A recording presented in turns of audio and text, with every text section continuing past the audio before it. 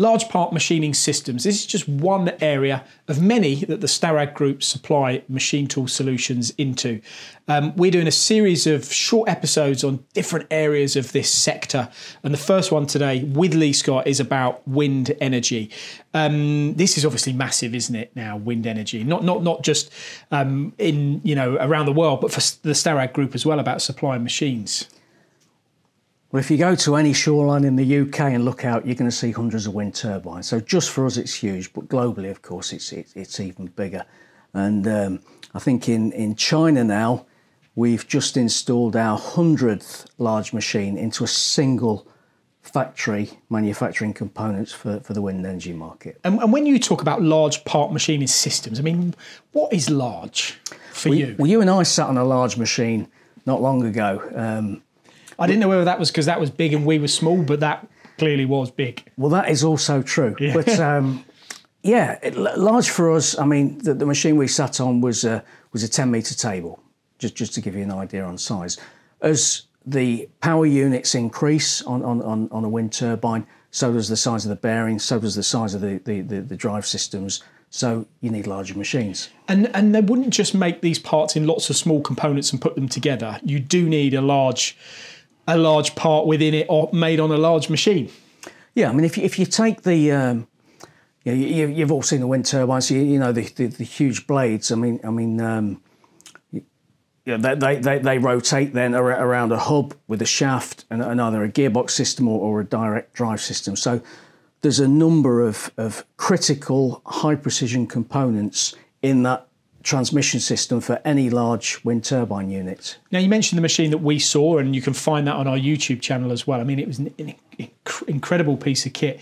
But what are the machines that you do supply, not necessarily just in China, but around the world, for the manufacture of these types of applications?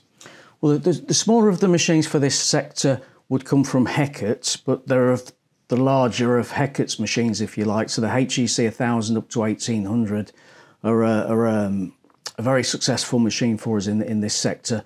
But then we move into the Bertiez and Dörries and Droop+Rein brands, where we've got multiple solutions for this sector, where we'll provide machines that can turn, mill and grind various components. And I mean, it's a given in a sense, and people will have seen a lot of the stuff we do, Lee, that the manufacture of your machine tools and the supply of them, one of the big areas is about precision, to ensure that the components and the products that are made last a long time.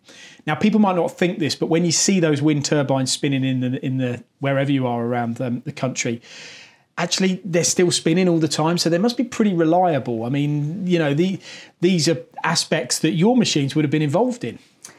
Well, sure, and I've been sort of sitting in various meetings around, industrial meetings, if you like, talking about the energy sector over the last sort of decade and a half, 2 decades even.